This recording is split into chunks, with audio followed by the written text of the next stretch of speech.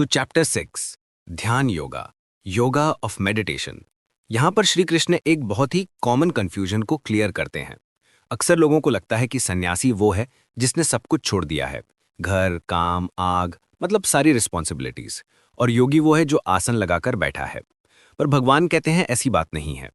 Verse 6.1 में वो कहते हैं, अनाश्रितः कर्म फलम कार्यम कर्मा करोति यः स सन्यासी च योगी च। मतलब असली सन्यासी और असली योगी वो है जो अपने काम का, अपनी ड्यूटी का जो रिजल्ट आएगा उस पर डिपेंडेंट नहीं रहता। वो बस अपना काम करता है क्योंकि वो करना जरूरी है। सिर्फ आग छोड़ देने से, यानी रिचुअल्स छोड़ देने से, या फिर सारे एक्शंस छोड़ देने से कोई सन्यासी या योगी नहीं बन जाता। ये एक इंटरनल स्टेट है, मन की स्टेट। एक्सटर्नल अपीयरेंस की बात ही नहीं हो रही। और फिर वो इस आइडिया को और मजबूत करते हैं वर्स 6.2 में। वो कहते हैं, हे पांडवा, जिसको लोग सन्यास कहते हैं उसको तुम योग ही समझो। क्यों? क्योंकि जिसने अपने संकल्प का त्याग नहीं किया वो योगी नहीं बन सकता। अब ये संकल्प क्या है? संकल्प है मन की वो एबिलिटी जो फ्यूचर के लिए प्लान बनाती है और उन प्लान से जुड़े रिजल्ट्स को एक्सपेक्ट करती है। मतलब मैं ये करूंगा तो मुझे वो मिलेगा। ये जो मिलेगा वाली सोच है, जब तक ये है तब तक मन शांत नहीं हो सकता, और जब तक मन शांत नहीं है तब तक योगा कैसा? तो सन्यास और योगा आखिरकार एक ही मंजिल के दो रास्ते हैं, या कहूं एक ही रास्ते के दो पहलू हैं। लेकिन एक सवाल उठता है, अगर एक इंसान अभी शुरू कर रहा है इस पथ पर, उसके लिए क्या जरूरी है? और जो थोड़ा आगे बढ़ चुका है उसके लिए क्या? श्री कृष्ण इसका जवाब वर्स 6.3 में देते हैं। वो कहते हैं, आरुरुक्षोर मुनेर योगम कर्म कारण मुच्यते। एक सेज, एक सीकर जो अभी योगा को पाना चाहता है, जो अभी चढ़ाई शुरू कर रहा है, उसके लिए कर्म यानी एक्शन ही साधन है, मीन्स है। निष्काम कर्म, बिना फल की चिंता किए काम करते रहने से मन साफ होता है। लेकिन योगारूढ़स्य तस्यैव शमः कारणमुच्यते। जो उस स्टेट को पा चुका है, जो योगा में एस्टैब्लिश हो चुका है, उसके लिए शमः यानी सेरेनिटी, शांति आगे का साधन है। उसके लिए जरूरी है कि वो और गहरे मेडिटेशन में उतरे। तो ये दो अलग अलग स्टेजेस हैं, एक बिगिनर के लिए सेल्फलेस एक्शन और एक एडवांस सीकर के लिए शांति और सेल्फ विड्रॉल, ताकि वो सेल्फ को, अपने असली स्वरूप को रियलाइज कर सके। और जब कोई इंसान इस योग रूढ़ा स्टेट में यानी योगा में पूरी तरह से एस्टैब्लिश हो जाता है, तब क्या होता है? वर्स 6.4 कहता है, यदा ही नेन्द्रियार्थेषु न कर्मस्वनुषज्जते। जब वो इंसान ना सेंस ऑब्जेक्ट से अटैच्ड है और ना ही अपने एक्शन से। सर्व संकल्प सन्यासी, जब उसने अपने मन के सारे संकल्पों को, सारी प्लानिंग और डिजायरिंग को त्याग दिया है, उसे योग रूढ़ा कहा जाता है। अब यहां पर एक बहुत ही पावरफुल, एक बहुत ही पर्सनल कॉन्सेप्ट आ रहा है, एक हुक जो हम सबकी जिंदगी से जुड़ा है। वर्स 6.5 श्री कृष्ण कहते हैं, उद्धरेत आत्मनात्मनाम ना आत्मनम अवसादयेत। इंसान को खुद से ही ऊपर उठाना चाहिए, अपने आप को डिग्रेड नहीं करना चाहिए। क्यों? आत्मैव ह्यात्मनो बंधुर आत्मैव रिपुरात्मनः। क्योंकि तुम्हारा अपना आप ही तुम्हारा दोस्त है और तुम्हारा अपना आप ही तुम्हारा दुश्मन। यह अजीब नहीं लगा सुनने में? मैं ही मेरा दोस्त और मैं ही मेरा दुश्मन। इसका मतलब क्या है? हम सब के अंदर एक डुअल पर्सनालिटी है। एक है हमारा हायर सेल्फ जो डिसिप्लिन्ड, शांत और आदर्श है, और एक है हमारा लोअर सेल्फ जो अटैचमेंट्स, अवर्जन्स, आलसी और लालची है। जब हमारा लोअर सेल्फ हमारे हायर सेल्फ की बात सुनता है, उसके डिसिप्लिन में रहता है, तो हमारा हायर सेल्फ हमारा दोस्त बन जाता है। लेकिन जब हमारा लोअर सेल्फ, हमारा ईगो बगावत करता है, हायर सेल्फ की नहीं सुनता, तब वही हायर सेल्फ हमारे लिए एक दुश्मन जैसा हो जाता है। ये जो सेल्फ इंप्रूवमेंट की लड़ाई है, ये कोई बाहर से आकर नहीं लड़ेगा। टीचर्स, टेक्स्ट्स, ये सब गाइड हैं, रास्ता दिखा सकते हैं, पर चलना और खुद को उठाना वो हमें खुद ही करना पड़ेगा। All by himself, unto himself. तो जिसका मन, जिसके सेंसेस उसके कंट्रोल में है, जिसका लोअर सेल्फ हायर सेल्फ के डिसिप्लिन में है, वो इंसान हर परिस्थिति में शांत रहता है। वर्स 6.7 कहता है, शीतोष्ण सुख दुखेषु तथा मानापमानयोः। सर्दी हो या गर्मी, सुख हो या दुख, सम्मान मिले अपमान, वो हमेशा बैलेंस्ड रहता है। उसका सुप्रीम सेल्फ, उसकी असली चेतना हमेशा फोकस्ड रहती है। ऐसे योगी के लिए वर्स 6.8 कहता है, समहा लोष्टाश्म कांचनः। एक मिट्टी का ढेला, एक पत्थर और सोना सब एक समान है।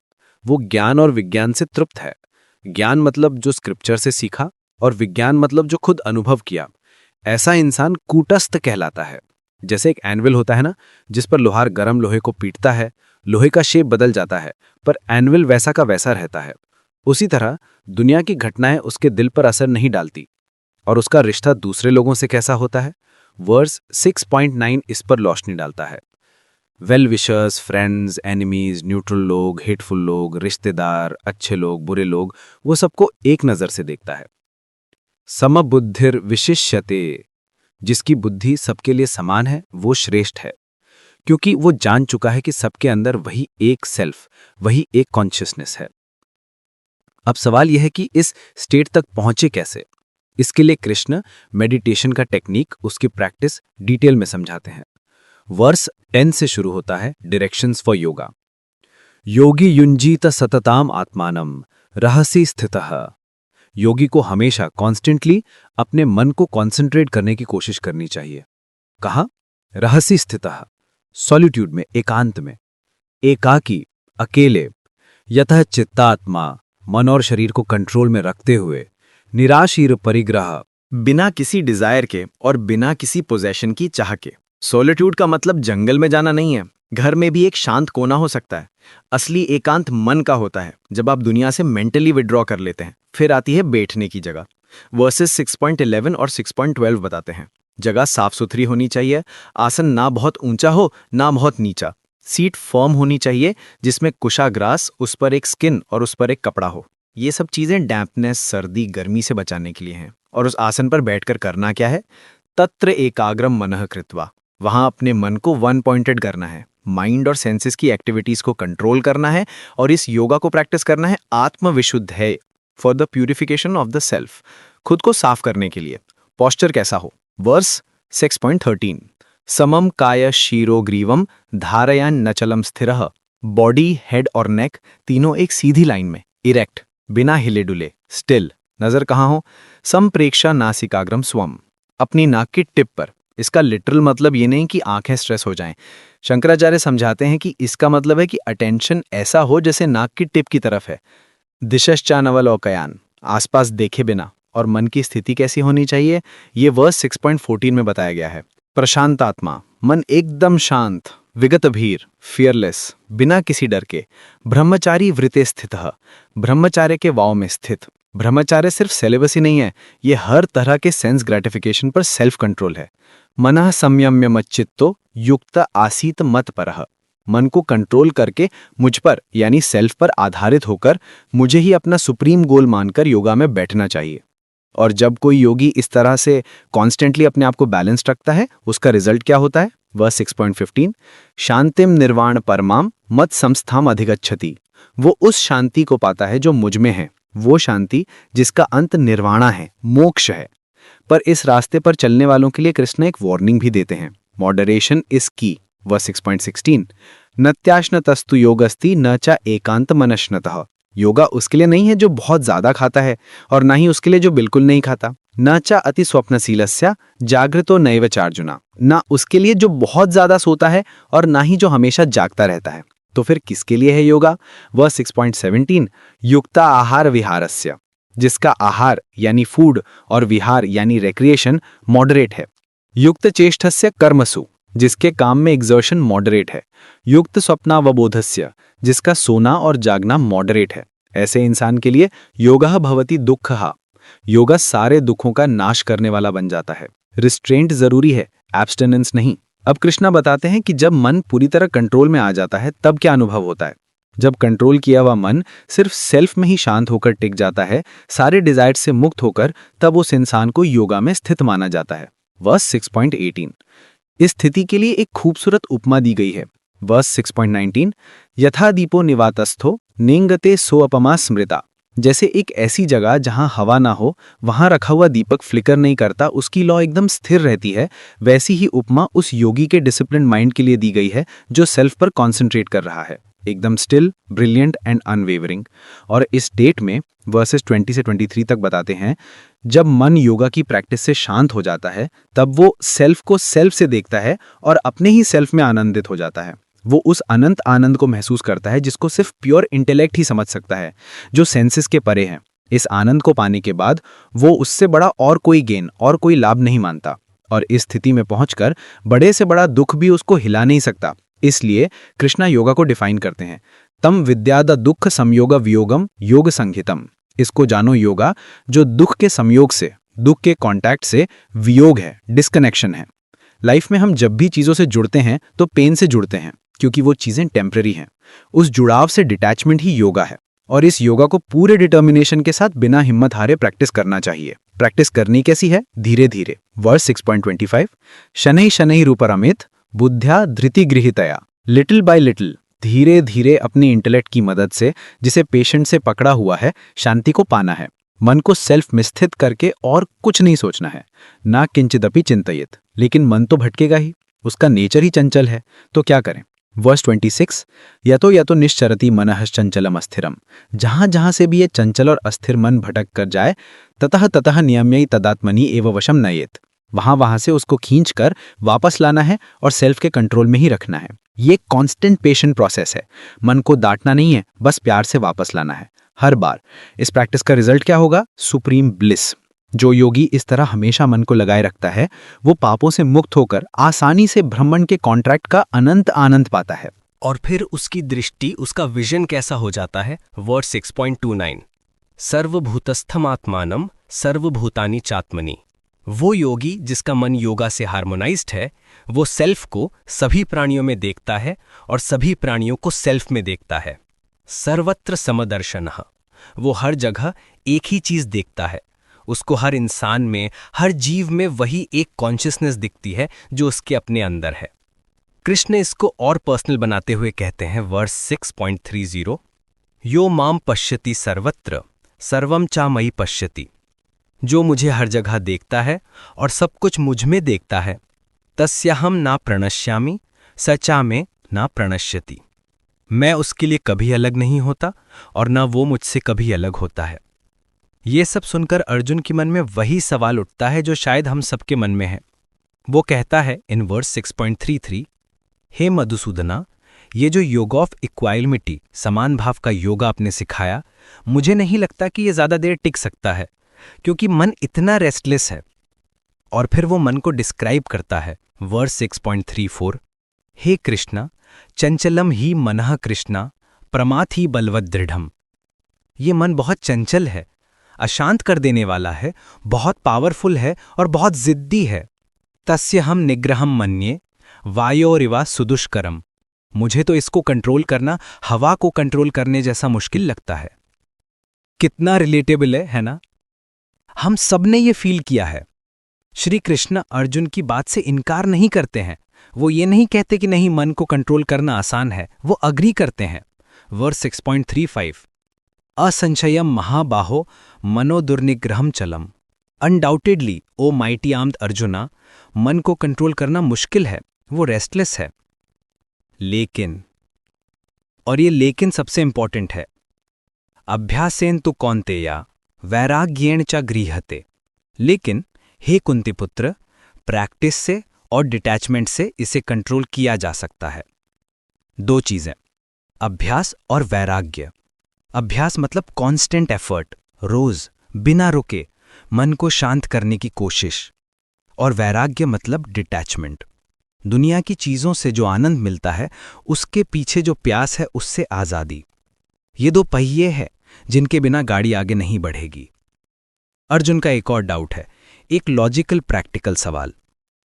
वर्स 6.37, वो पूछता है, हे कृष्णा, मानो एक इंसान है जिसमें फेथ है, श्रद्धा है, पर वो सेल्फ कंट्रोल्ड नहीं है और इसलिए उसका मन योग के पथ से भटक जाता है और वो परफेक्शन नहीं पा पाता। तो उसकी क्या गति होती है? What is his fate? क्या वो इंसान दोनों तरफ से हार जाता है? ना उसे दुनिया मिली, ना स्पिरिचुअल सक्सेस। वर्स 6.38 में वो कहता है, क्या वो एक टूटे हुए बादल की तरह नष्ट नहीं हो जाता, जिसका कोई सपोर्ट नहीं है, जो ब्रह्मांड के रास्ते में भटक गया है? ये डर हम सब में होता है कि हमने इतनी मेहनत की और अगर पूरा फल नहीं मिला तो कहीं सब बेकार तो नहीं हो जाएगा। श्री कृष्ण इस डर को हमेशा के लिए मिटा देते हैं। वर्स 6.40 पार्थ नैव एह नामुत्र विनाशस्तस्य विद्यते। ही पार्थ, उस इंसान का ना इस दुनिया में ना अगले में कभी विनाश नहीं होता है। और फिर वो एक आश्वासन देते हैं, नहीं कल्याण कृत कश्चित दुर्गतिम तात गच्छति। मैं सन, जो भी अच्छा काम करता है वो कभी दुख भरी गति को प्राप्त नहीं होता है। कोई भी स्पिरिचुअल एफर्ट चाहे कितना भी छोटा हो कभी वेस्ट नहीं होता है। तो होता क्या है उस इंसान का? कृष्ण आके बताते हैं, ऐसा इंसान मरने के बाद पुण्य करने वालों के लोक में जाता है, वहां कई सालों तक रहता है और फिर उसका जन्म एक प्योर और प्रॉस्परस यानी शुद्ध और समृद्ध परिवार में होता है। या फिर, और ये उससे भी रेयर है, उससे भी दुर्लभ है, उसका जन्म योगिना मेला कुले भवति धीमताम। उसका जन्म वाइज योगीज के परिवार में होता है। और ऐसा जन्म इस दुनिया में बहुत ही मुश्किल से मिलता है। क्यों? क्योंकि वहां उसको बचपन से ही एक ऐसा माहौल मिलता है जो उसकी स्पिरिचुअल जर्नी के लिए परफेक्ट है। और उस नए जन्म में तत्र तम बुद्धि संयोगम लभते पौर्व देहिकम। वहां उसको अपने पिछले जन्म का जो ज्ञान था उससे कनेक्शन मिल जाता है। हमारे पिछले एफर्ट्स, हमारी प्रैक्टिस सबकॉन्शियस इंप्रेशंस के फॉर्म में हमारे साथ रहती है और फिर वो जाग उठती है। और तब वो सीकर यतते चा ततो भूयः समसिद्धौ, पहले से भी ज्यादा मेहनत करता है परफेक्शन पाने के लिए। पूर्वाभ्यासेन ते नैव ह्रियते हायावशो अपि सः। वो अपने पिछले जन्म की प्रैक्टिस के फोर्स से ही इन स्पाइट ऑफ हिमसेल्फ आगे खिंचता चला जाता है, जैसे एक इनविजिबल हाथ उसको आगे ले जा रहा हो। और फिर कृष्ण कहते हैं कि जो सिर्फ योगा के बारे में जानने की इच्छा भी रखता है, जिज्ञासुरपि योगस्य, वो भी वैदिक रिचुअल से ऊपर उठ जाता है। तो सोचो उस इंसान का क्या होगा जो प्रैक्टिस कर रहा है। तो सारांश ये है कि प्रयत्नाद्यतमानस्तु योगी पाप विशुद्धम अनेक जन्म संसिद्धस ततो याति पराम गतिम। वो योगी जो पूरी मेहनत से ट्राई करता है, पापों से शुद्ध होकर कई जन्मों की मेहनत के बाद आखिरकार सुप्रीम गोल को पा ही लेता है। इसलिए कृष्ण चैप्टर के एंड में अर्जुन से कहते हैं, तस्माद योगी भवार्जुना। इसलिए वो अर्जुन एक योगी बनो। एक योगी तपस्वी से, जो शरीर को कष्ट देता है, उससे सुपीरियर है। वो सिर्फ स्क्रिप्चर्स पढ़ने वाले ज्ञानी से भी सुपीरियर है। वो सिर्फ रिचुअल्स करने वाले कर्मी से भी सुपीरियर है। इसलिए तुम एक योगी बनो। और सभी योगीज में सबसे बड़ा योगी कौन है? The greatest of them all, the last verse 6.47। योगी नाम अपि सर्वेशाम मद्गते नान्तरात्मना।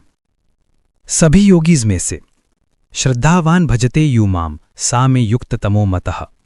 जो पूरी श्रद्धा के साथ अपने इनर सेल्फ को मुझ में स्थित करके मेरी भजता है, मेरी वर्शिप करता है, मैं उसको योगा में सबसे ज्यादा यूनाइटेड मानता हूं। The greatest Yogi is a भक्ता, अ डेवोटी। जहां मेडिटेशन की डिसिप्लिन के साथ फेथ और लव भी जुड़ जाता है, वहां यूनियन सबसे गहरा होता है। और यहां chapter 6 the yoga of meditation पूरा होता है। एक ऐसी जर्नी जो शुरू होती है एक्शन से, गुजरती है मेडिटेशन की गहराइयों से, मन की चंचलता से लड़ती है और आखिर में फेथ और डिवोशन की सबसे ऊंची चोटी पर